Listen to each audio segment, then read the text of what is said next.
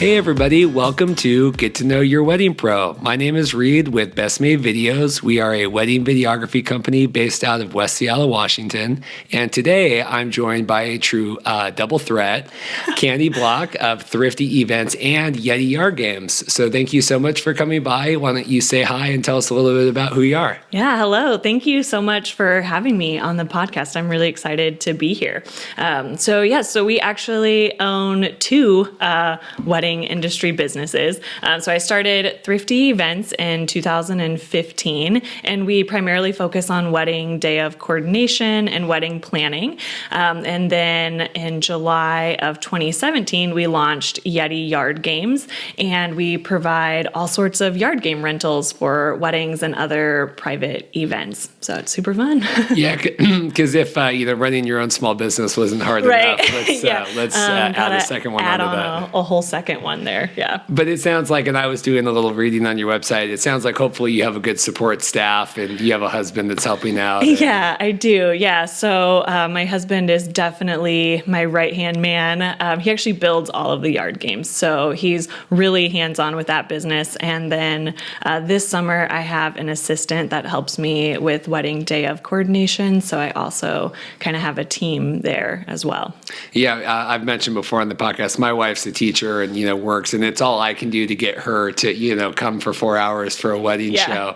And here you have, manual labor that's coming out. Yeah. Yep. I mean, before I had my assistant, my husband was helping me at almost every wedding. I mean, he's a great extra set of hands to move tables, move chairs, gonna help with setup and tear down.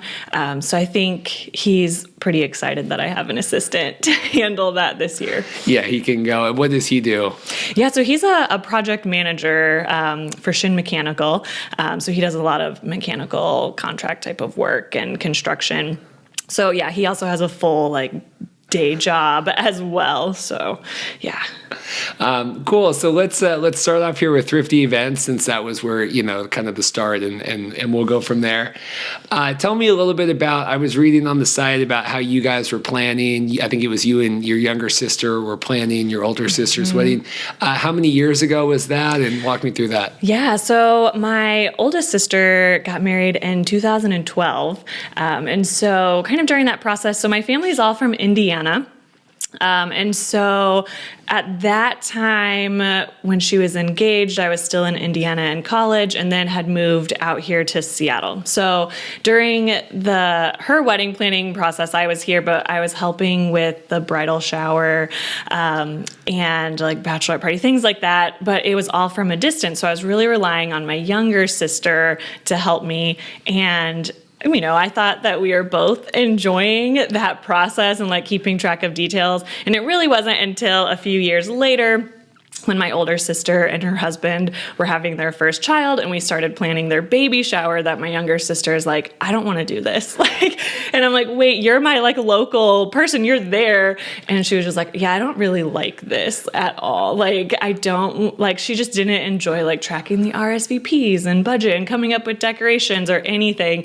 She was pretty forward. And so that's kind of when I realized that not everybody enjoys the process of planning events as much as I did. So yeah, I mean, even as somebody, that I was in the wedding industry when we got married, I think I literally blacked out that whole summer in my mind in terms of meetings and prep. I mean, it's a lot of work. And I'm sure people that are listening that are going through it, but even, having spent a lot of time at events and weddings, it's a lot of work. Do you find that, the clients that you get, are they receptive to obviously your planning style and are happy that you kind of take that weight off their shoulders? Yeah, it's definitely a little bit of both. So we have some clients that, they come to me and they are really overwhelmed with the process and are looking for someone to kind of take the lead on that.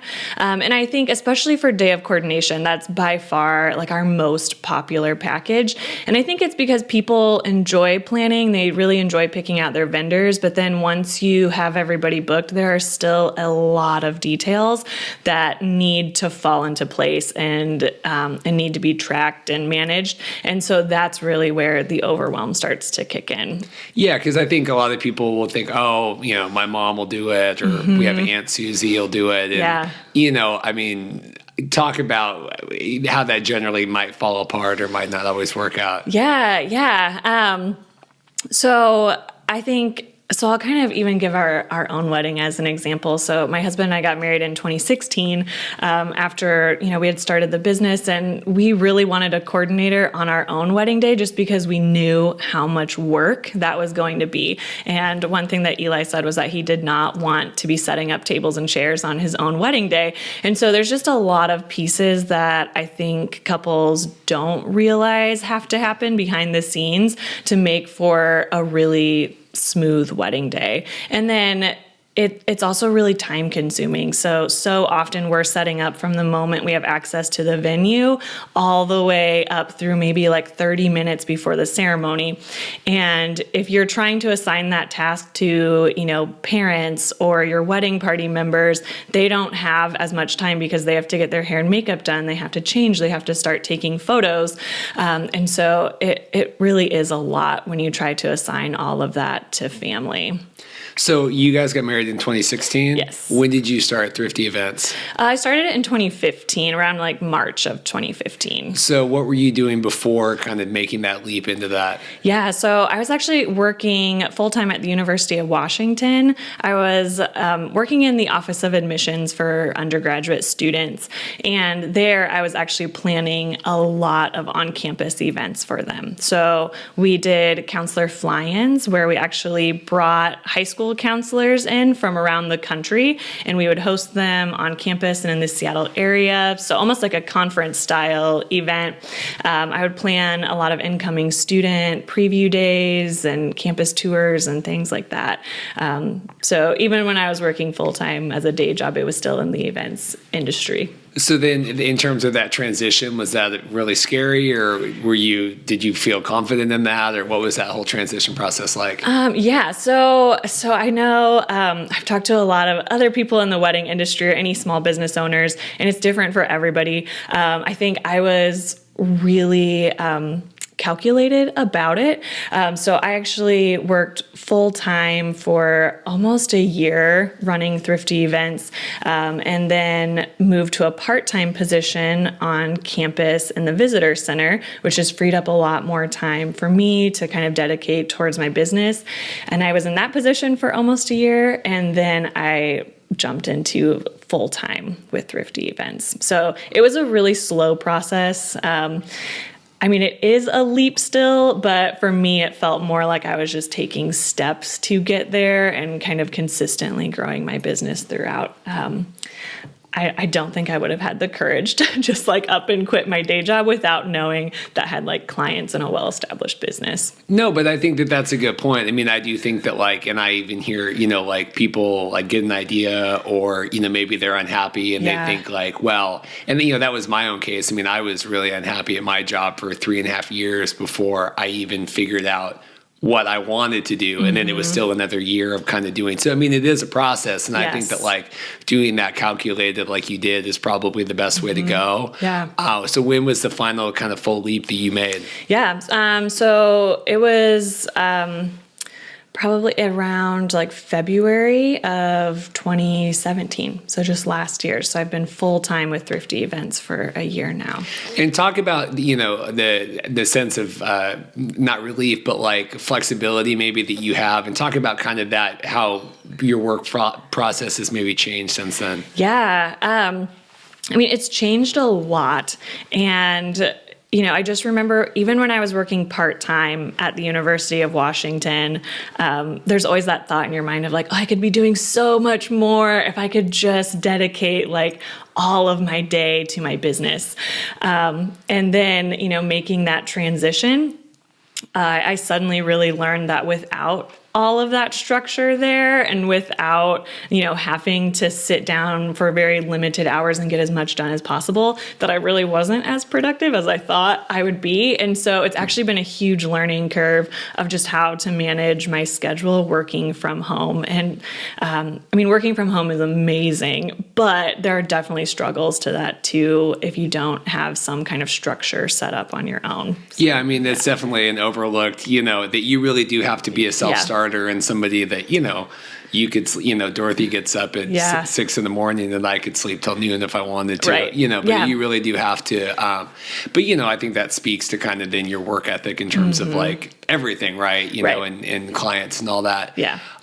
So you had started Thrifty. You guys are kind of planning your own wedding. Were there any specific things that you guys learned, like planning your wedding, besides the fact that your husband didn't want to, set up tables? Yeah. But like, what tricks or tips did you learn that kind of you learned to do better afterward? Yeah. So the one thing, the biggest lesson that I learned is that planning your own wedding is so much different than being a wedding planner. So even having like all of the skills and resources and knowledge to put together a well-organized day, it's still really emotional, like planning your own wedding. I mean, there were definitely times that we were getting RSVPs back from friends and, you're getting like the yeses and nos. And so you go from like being really excited to being like bummed when somebody can't make it.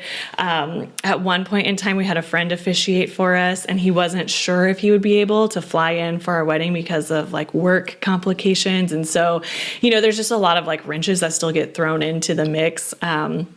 And so that was definitely something that I learned, is that it sometimes feels like there's two parts to wedding planning. The detailed pieces where you're staying organized and tracking your vendors and your budget and those like logistical items. But then you also still have like the stress management and dealing with emotions and family and opinions coming from everyone. And so it is both sides. To the whole process. Yeah, I think, and having a coordinator or a planner, like your company, it's nice to have like an objective opinion. Like you said, there's a lot of emotions and stuff. Right. And like, it is really helpful just to like have kind of like, not a blank slate, but somebody that can like just totally like look at like what should be done. Yeah. And, you can be emotional, but yet you can hire somebody to be. Right. Do you find that is a good clients appreciate that? Yes. And it's so much easier. When I'm working with other clients, I can just say, this is what I've seen work really well. And this is what I would recommend that you do. Because I am just far enough removed that I'm not hearing, all of the opinions and emotions from all of the family and friends that is kind of weighing on the couple's shoulders when they're making those decisions. And then sometimes it's nice for them to just say like, okay, you know what? Like that makes sense. We're going to go with what you decided. And sometimes, there's even that little bit of like a scapegoat where they can tell their parents like, you know what? Our wedding coordinator has seen this happen like hundreds of times and this is what she recommends. And so that's what we're going to go with. And then parents are like, okay, then that's fine too, and so that can be really helpful for couples. Yeah, I love that. We had our own wedding planner, and you can definitely kind of throw them under the bus. And it's like, hey, we really wish, but and like you said, in the meantime, like when we planned our wedding, we had specific things, and like I would have to go to Rebecca and be like, this is how it's got to be, because I had 5 hours of conversations on my end. And like I said, you just have to execute that vision sometimes, and you don't have to get caught up kind of in all that minutia. Yeah. Talk about, I'm looking on the site, so you guys offer, not only the day of coordination, the full wedding planning, which I think, is maybe self-explanatory. Or maybe not. Why don't you explain to me kind of what your vision for a day of coordinator is, and then what your vision is for a complete wedding planning package? Yeah. So I'll start with day of coordination because that really does tend to be kind of our most popular package. And usually that's couples that know they want to handle the majority of planning on their own. They're really excited to plan their wedding. They have lots of ideas. And so usually they're coming to us once they have, their venue booked, they've got a date. Maybe they've started booking some other vendors, but they know that on the day of the wedding, they want to be pretty hands-off. They want someone there making decisions, managing the timeline. And a lot of my couples also come to me because they want their family and friends to relax as well. And that can go both ways. So sometimes they're transplants to Seattle, so all of their family and friends are flying in, and they just don't have that option for them to be really hands-on. Or they might have somebody that's really overbearing, and they want us to kind of be that buffer for them and make sure that it's handled so that person does feel like they can kind of step back and enjoy the day as well. So for day of coordination, we really help. The bulk of the work happens, about like 2 to 3 months before the wedding, where we'll make sure there's a well-established timeline. We go to the venue together and talk through the layout and decorations. I'll, reach out to all the vendors and confirm timeline and details. And then, of course, manage everything the day of. And we also help with the rehearsal as well, which I think is really helpful so I can actually meet, the parents and the wedding party before the day of the wedding. And they can put a face to a name and know they can come to me on the wedding day as well. And so even though the bulk of the work happens, 2 to 3 months before the wedding day, we still, I think it's so important that couples have a resource and a person they can go to when they have questions. So from the moment they book me, they could always ask me questions along the way if they have something come up, or they just need like an extra opinion on something. And then for full planning, we actually have 2 different options. So I have the traditional kind of full planning package where couples are working with me in person. And that's from like the moment they're engaged through their wedding day. So I'm actually helping them find a venue and lock down a date. I'm creating and managing their entire budget. We really talk about priorities and what they're wanting and looking for on their wedding day. And then I'll help them find the right vendors to make all of that happen. And then, of course, it includes everything that day of coordination includes as well. And then this year, I launched something new, which is an online wedding planning course.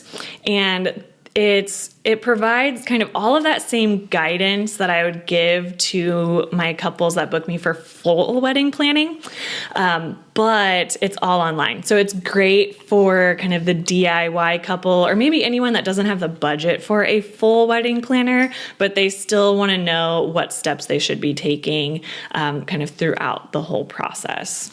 Yeah, talk about kind of the idea behind that, because I think it's a really good idea, and obviously that's something unique that you guys offer. So talk to me about, why you decided to do that and maybe the challenges of getting that off the ground. Yeah.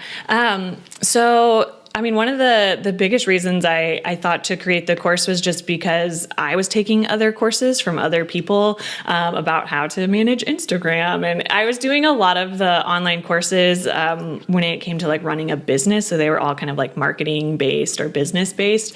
And I really just thought like this same format would work really well for couples. Like there's no reason that this couldn't be applied directly to the wedding planning process.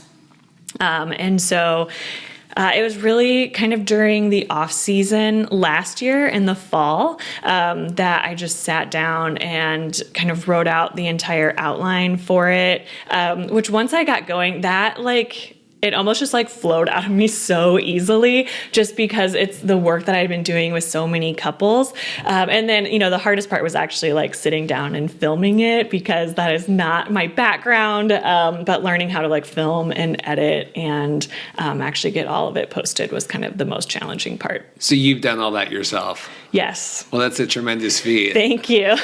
Talk about I don't even know if you know a sheer number. Do you know how many videos it was and how much time it took? It's a lot. Yeah. So the course itself is 10 chapters. So it really starts with like you're engaged, and the first chapter is really all about like just kind of settling into that moment of like we're engaged and enjoying it and not jumping into planning too soon, because that's usually the biggest mistake that couples make, is that they just start booking things and then need to like backtrack when they realize maybe they don't have the budget they thought, or maybe that doesn't really align with their vision of what they're wanting on their wedding day. So it kind of starts from there and then goes all the way through like prioritizing what's most important to you. There's a whole chapter on establishing a budget, and I actually provide the budget template that I use with my couples and walk through that. So along the way, there are downloadable worksheets and templates that they can use. We talk about booking vendors and, some of the different questions to ask.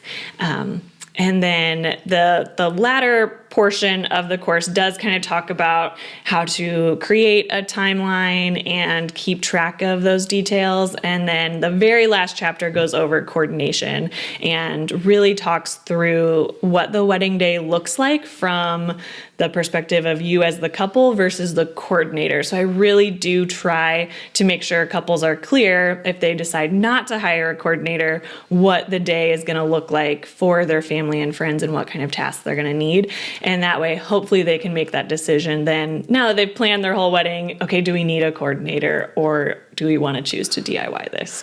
Yeah, and I do think that nowadays, I think, with millennials or whatever you want to call it, I do think there's a lot of we can do things and figure out how to do them. And I had just interviewed Danielle with Vanity Photo Bus, and they did their whole figured out how to start a bus in the photo booth, just through online videos and stuff. And where I just think that's a new thing that people are, and obviously that would relate to wedding planning as well. If you can teach somebody to do something, you can teach them to be a wedding coordinator.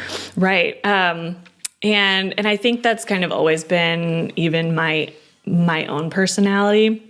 I mean, I definitely did not study business in school. So everything that I've done to launch, both of our businesses has been me taking courses online or listening to podcasts. There's courses I've taken at our local community college. And so I just am always focusing on learning and educating myself. And there are, a ton of wedding resources available. But the one thing that the online course offers is still kind of that one point person. So they can still come to me with any questions. There's a Facebook group that goes along with the course. So that way, if they are, in the middle of a chapter or in their wedding planning process and, have these questions, they can still come to me. Because one of the, the biggest issues I think a lot of couples have is going online and trying to find information, and you're just reading blog posts back and forth, and one's going to tell you one thing, and then the very next post is going to tell you the complete opposite thing. And so sometimes it's still nice to just have somebody to kind of talk through those things with. No, and I agree with that. And I think that, going through the site and everything, I think it's a pretty accessible tone, right? I think that even kind of in the wording that you use to describe your day of coordination package and things, I think it is very accessible, because I do think it's very overwhelming. And I do think that it's kind of the best of both worlds, like you said, where you get kind of a online resource, on demand whenever you need it, but you also get kind of the personality, right, that the couples that hire you for that full process, would get, right? What has been the reception of that? I mean, has it taken off like you've expected it or hoped it would? Yeah. So it's kind of, it's been fun to kind of see it all unfold this year. I think, with a lot of projects, when you're trying something new, there's definitely going to be a learning curve.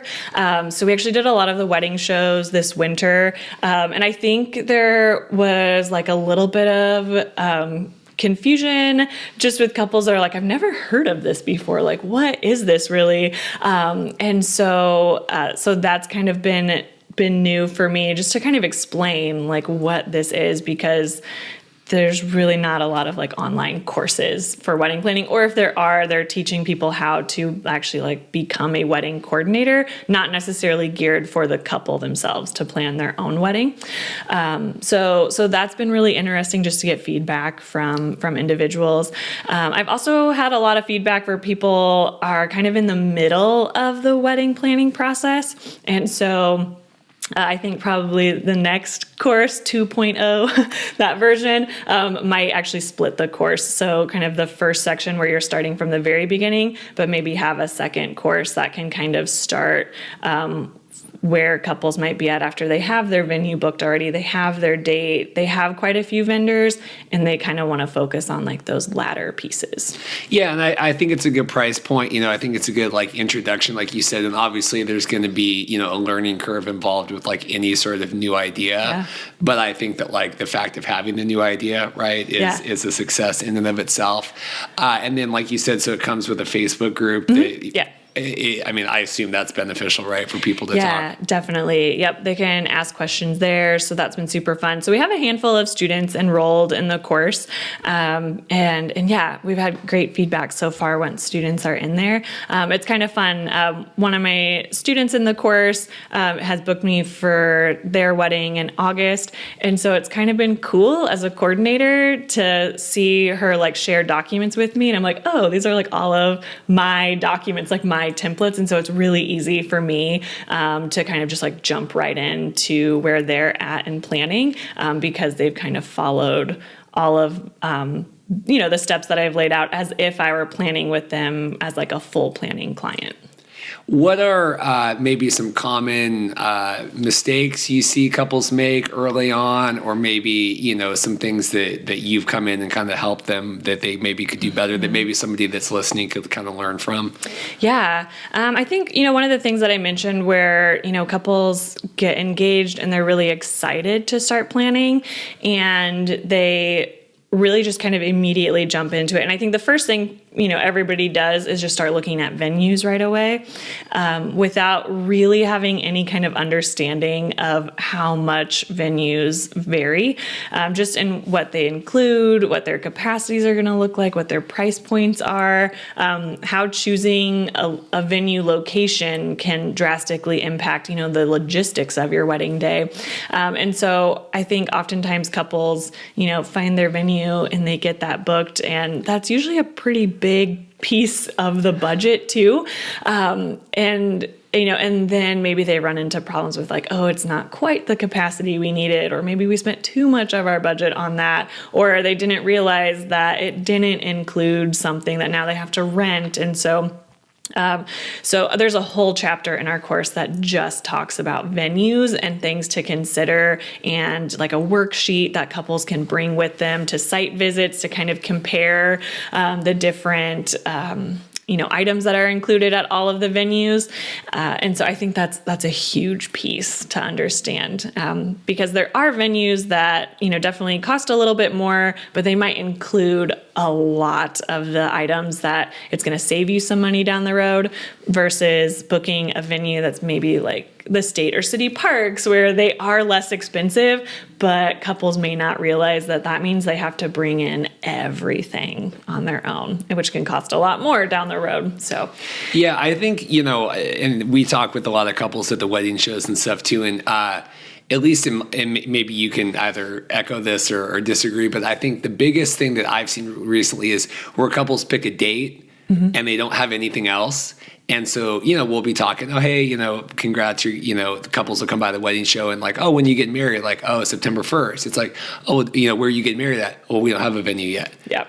Well, I think that the venue's got to come first, because, you can pick whatever date you want, but if wherever you want to get married, do you see that? Do you run into that? Sometimes, yeah.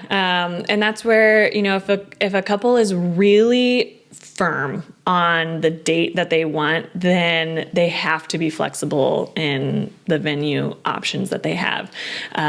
Whereas if they have some flexibility, they have even, 2 or 3 dates that are preferred, or even just opening that up to like, we know what month maybe we want to get married in, or even a season, that can be helpful. Right. Because then when you're going to the venue and you're asking, what's your availability like?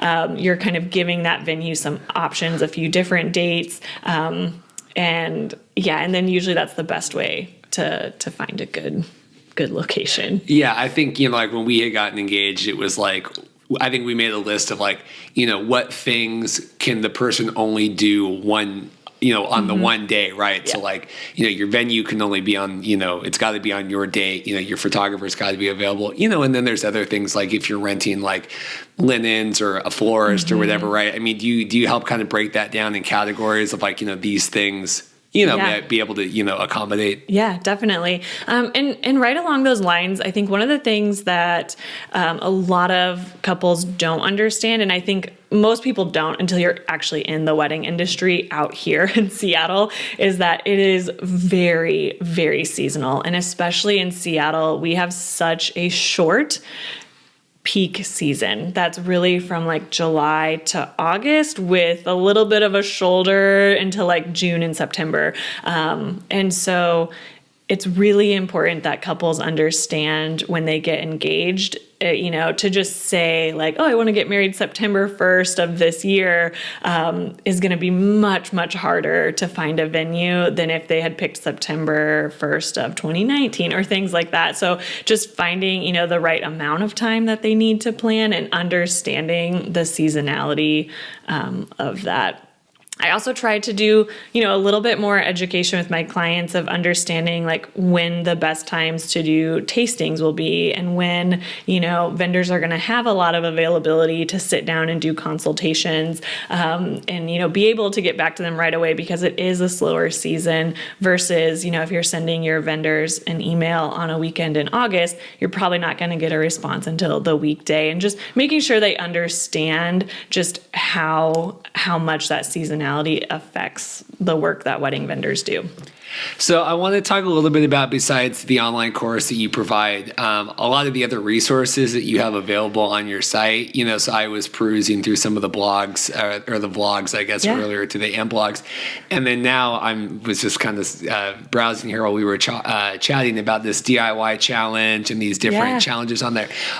So maybe do you want to start with the challenges and then we can work back? Yeah. So we have a whole page on my website called Freebies. And one of them is the DIY challenge, and it's a 7-day email sequence, and each day kind of talks about a different topic. And so I created this after the wedding shows, and so I had actually sent an email out to kind of everyone I had talked to at the wedding shows, and a lot of the upcoming clients, and just asked them like, what are you planning to DIY, and what areas do you want the most help with? And then I took all of those responses and created this DIY challenge.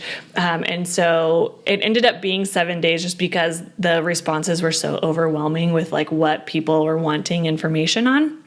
And so each one includes either a video or an interview with another wedding professional kind of in that realm, giving tips and advice. There's some key takeaways there, but it's really just kind of helping people get started and avoid some of those like common pitfalls when it comes to, taking on a piece of the wedding to DIY. Yeah, I mean, I think that's like awesome. I think that couples kind of really thrive on getting that, those free resources and different ideas that you have. And then you have this whole vlog series too, right? Kind of talking about different venues and making the most time with your photographer. How long ago has that been going? I mean, what was the starting process? I just started that actually at the beginning of this year. So kind of with the launch of the online course was really when I started vlogging. I think video is great. It's so much easier. I would agree. It's so much easier to like watch a video and get so much more from it, because I know that reading wedding blogs can be a time suck kind of. And so I thought that, a vlog would just be such a fun way to like connect with couples. And with all of my newfound like video editing skills, it was a lot easier to start creating those. And so, we just have a YouTube channel with all of our vlogs, and then they're also posted to our website. So I try to vlog weekly or every other week, kind of depending what we have going. Usually if it's every other week, then in the off weeks, we'll highlight one of our weddings from the past year, and we'll kind of show photos so people have a lot of inspiration as well on our website. And you'll go through and walk through that with people? I mean, on the video? So no, usually we call it just like real wedding blog posts, just kind of show the photos from the day. We provide who the vendors were, and I usually just try to share like what I really liked about the day, what they did really well, what was really unique about it. And that way couples can kind of scroll through those and just gather some inspiration. And then if we're not posting about a real wedding, then it's usually a vlog post. So it's kind of like a Pinterest board come to life. Yeah, that's awesome. So, through this, the online course, right, we got the vlogs, we've got the wedding planning, and then you guys decided to launch Yeti Yard Games. Which I think is awesome. I think it's a great name. I think I told you as you walked in, I just tagged you in a post in the wedding community about it. What was the inspiration behind starting this kind of I guess a sister brand related in weddings. Talk about that. Yeah. So it all really started. So my husband Eli does a lot of woodworking. He's incredibly talented. We have an entire shop. Really, it's our garage, but our garage is actually larger than our home. It's like that kind of space on our property, and he loves woodworking. He used to do work like framing houses and all sorts of stuff. And so it all started with our wedding, and I really wanted a giant Jenga set at our wedding, and so he had built that. And we had gotten married at Kama Beach State Park, so it's on the water. It's like a really beautiful like state park, gorgeous trees. And so he had found this like branding iron that was of like a little tree. And so he had put that on all of the Jenga pieces. And so fast forward, I'm working with other couples for coordination. People knew we had the Jenga set. And so my couples were like renting out our Jenga set. And then I started to get questions from other wedding vendors saying like, hey, can my couples rent that out? Like, do you have other games? And people were asking for like different, the cornhole sets, the giant Connect 4, that sort of thing. And my husband's like, yeah, I can make that. So he started building more of the games. And then I really just decided, this kind of needs to be its own business. It needs its own website for people to be able to find it. A lot of people aren't thinking like, hey, I want to rent a cornhole set. Let me go talk to a wedding planner. And then the name kind of came about because my husband found another branding iron of a Yeti, and then he kind of because why not? I know, exactly. And then he was like, we should call it Yeti Yard Games. And everything about the business has just been super fun and really lighthearted. We really don't overthink a lot of those decisions. We're like, yeah, sure. Like Yeti Yard Games sounds fun. I started up the website. We kind of put the name out there, and it's really just taken off ever since. It's such a Pacific Northwest business, I feel like, which is so fun for us. Yeah, it really is. And I'm looking through here, you got your cornhole and your giant Jenga, but then, giant tic-tac-toe. There's even this like huge Connect 4. And yes. It looks like it's really good craftsmanship. I know like we have my brother's got like a ladder golf set, but like anytime, even if it's like for 5 minutes, like anytime we do a family get together, it's like, well, let's go play ladder golf, And so it really is. Is that like a new thing, these games? I guess I started seeing them at weddings a few years ago. Have you noticed that it's been this explosion now, or? Yeah. I think it has kind of started over the last couple of years. It's nice to have the games out as guests are arriving for the ceremony, for any early arrivers, maybe if you have family photos happening before the ceremony, so people that have to get on site early, it kind of gives them a little bit of something to do. And then also during cocktail hour, it's great to kind of have that entertainment. And they're all games that are really easy. Everybody knows what the games are, so they don't really need instruction. They're really fun. And then I also think it's a great option if you're not sure if you have a dancing crowd, we've helped coordinate a lot of weddings where people know like their friends and family are really more chill. They want to enjoy a few good drinks. And so the games are a great supplement to that as well. Yeah, I think it's a great point, that obviously you want everybody to be like comfortable and to have fun at your weddings. And not everybody is going to want to go out and do like the Cupid shuffle or whatever. Yeah. And so I think, like you said, like offering that alternative. And kids can play with them, right? Older people can play with them, everybody in the middle.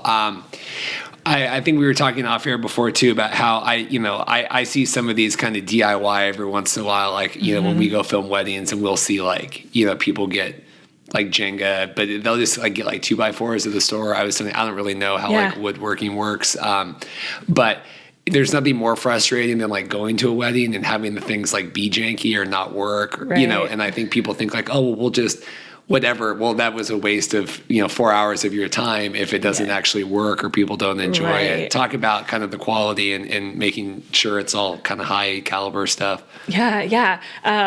So all of our games, so I mentioned my husband handcrafts all of our games. And that is really important. And also, like the size of the games, like our Connect 4 sits like 5 feet tall or so. So it's like at like eye level when you're playing. And it really is like that thing that people see sitting in the yard and they're like drawn to it. They're like, whoa, like that's so cool. Because there are places, like you can buy games online or buy them from stores. And they're giant compared to like the tabletop games, but like to kind of have that like wow factor is pretty cool.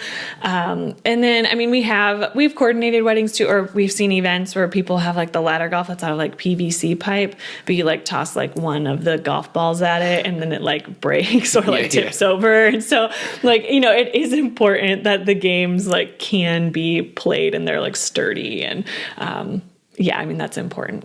Well, and also, like, I think even people that, like, try to build them and then afterward, like, you have to deal with all this stuff. And I think that, like, I mean, after we got married, like, it was enough just to kind of go through, like, the gifts or whatever bags you had, let alone, like, oh, now I have, like, 10 pounds of wood sitting in my corner that I have to, get rid of or give away. Is that a struggle between kind of, running the two businesses now? I mean, like you said, the Yeti Yard Games is a lot of fun and it's a little more casual, but just juggling those multiple balls, what's that like? Yeah. So it's been, again, like another learning curve, because a lot of the requests are coming in at such different times. So for Thrifty events, my summer calendar has been filled for quite some time because people book coordination and full planning so far in advance. Whereas, we're still getting requests for this coming summer for yard games. And, we try to accommodate as many of them as we can. But it is just really different for me to kind of balance that. With Yeti Yard Games, we may not have a firm idea of what our weekend is going to look like until about like 2 to 3 days before. Whereas for the wedding planning business, everything is like so set so far in advance. So it's definitely balancing both of those, which is great now that I have an assistant to help me with Thrifty events. My husband really is the person handling like all of the deliveries and pickups and drop-offs for the yard games. But that's great. I mean, to have kind of the whole family involved. And I think we had talked off air too about, like having those, where it is so seasonal here and kind of having those two different, sources of income, but also just like different, parts of your brain that is going to both. Yeah. Is this where it stops, or are you, just sitting down with you here, you strike me as somebody that's always kind of trying to think about expanding. Yeah. What else is going on? Oh man. I have more ideas than I could probably, I couldn't even do them all. It's weird. It's like once you start like getting into entrepreneurship and running a small business, it's like your brain never shuts off from it, which I really love. It's super fun. I'm excited to be here and doing this podcast because I love podcasts. I think it would be so much fun to even start my own, talking to couples or other wedding vendors about the wedding planning process. And that also goes along with like just really enjoying putting together my vlog every week and things like that. I'm always kind of dreaming up new ideas or new things to incorporate into our businesses for sure. Yeah, I think it's interesting nowadays where like you really can kind of do whatever you want, you know, in terms of like we have the resources and we have the technologies and we have, it's like it was like the podcast, like I kind of been like, trying to figure out stuff since I went to the wedding MBA back in October, and then there's nothing really stopping you from, building your own online directory, for couples in terms of like the wedding planning DIY. Do you see like growing that more, or do you see still your bread and butter is going to be like your day of coordination and working? Do you prefer working hands-on with couples? I do. I really enjoy working with my couples. And so I think that will always kind of be our bread and butter. And then I think it's just a matter of, kind of what else we offer to couples on top of that. I think, kind of what we've talked about in the beginning, where there's two parts to wedding planning of like the logistics and day of details, but then also that like stress management piece and kind of managing the emotions. And so there are a lot of things that I've been kind of thinking about of what are ways that I could help couples more in that realm that may not kind of exist already. And so, yeah, lots of things in the works right now for sure. And then just talk about, I think, what you like with your own personality, what you think is the greatest benefit that you give to couples. I mean, besides like logistics of like, I help get contracts in order, but I mean, is it just that sense of organization, or is it like a sense of calm, or what do you think, with your own personality that you bring to that? Yeah. I really think it is, that sense of calm. And so I think it's, every planner is a little bit different, and every coordinator handles the wedding day differently. And so, my approach is that we're going to stay on schedule as best as we can. We're going to follow all of the details, but you can also only plan up to a certain point, and then you have to roll with the punches, and you have to kind of be on your toes and able to, change things up if you need to, or find quick fixes. And so I think that that's a huge part of coordination that a lot of people don't see. And even a lot of couples understanding that like, hey, they'll admittedly say like, I'm really type A, so I know all of the details, but they want someone there so that way if problems do arise, they can handle them, because they're like, I can't handle that type of thing, where we really can. And so I think that's kind of the other specialty, is just really being able to like stay calm in those situations and think on your feet, and kind of keep a level head throughout the entire wedding day is really important. What is your favorite part of the wedding day? Yeah. Oh man, that's really hard because there's so many like parts of it. I think kind of watching as like setup is happening, to go from like a completely empty space or like nothing on tables, to like the full like transformation. Because what a lot of people don't know is that it looks really, really messy until it looks beautiful. And sometimes that can really freak out couples if they like step into the room like mid setup and they're like, this does not look like it's going to come together. And I'm like, I promise you that it will. But there's always that like little bit of rush when you're like, okay, we're putting like the final touches on everything and like stowing away boxes and like crates and, whatever else. And then like you look up and you're like, whoa, like how did that all come together? And I think that's a really like fun moment. But yeah, most people don't know, like it all looks really disorganized until it looks really beautiful. Like it comes together at that last moment. And then I also love getting everybody down the aisle. And that's like a moment of like, take a deep breath for me, because once the ceremony is going, like I kind of have that moment of like, all right, that first part of the day is finished. And now we're going to move into like cocktail hour, reception, that sort of thing. And then I think that same moment kind of happens after like the first dances are done and the toasts are finished and like dancing has started and everybody's just hanging out. And that's kind of like, okay, that last piece is in place.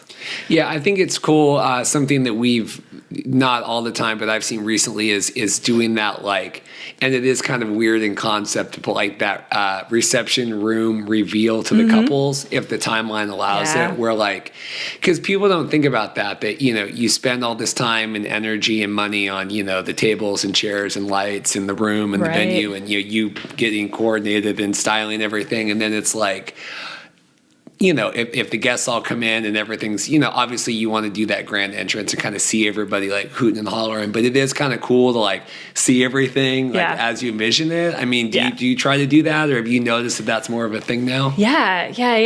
I mean, I love when couples get a chance to like see the reception space before they're doing the grand entrance, like before everybody's like sat down at the tables and like moved favors and napkins and things like that. So, and if the couple, can't sneak away for that moment, then I always make it a priority to at least grab the photographers or videographer and say like, hey, the whole space is set right now and it's empty. Like go ahead and go up there and get some like room shots and detail shots. And that way, after the wedding day, the couple can also kind of have that moment of seeing like what it looked like before anyone was like in the room. Yeah. Cause it's, once you get everything, but it's once like, any guests start like sneaking into the room, like it's not going to have that just like everything set perfectly kind of look to it. So. Yeah. Well, cool. Well, I want to thank you so much for coming in here today and talking. If people were more interested to learn more about either Thrifty events or Yeti yard games, what would you have them do and check out? Yeah, well, thank you so much for having me. Again, this has been so much fun. Instagram is a great place to find us. We're at Thrifty Events or at Yeti Yard Games, so both super easy to find. You can also check out our website. It's thriftyevents.net. That is important that it's .net, not .com. And then YetiYardGames.com for that one. And like I said, we had talked about all the blogs and stuff. I mean, I really do think that that's like a priceless resource that couples have, and I commend you for doing that in terms of the weekly blogs, and then doing this. If people are interested in learning about the online courses as well that they can take. Well, this has been another episode of Get to Know Your Wedding Pro. Come back next week for another wedding vendor interview. Thank you so much. Thank you.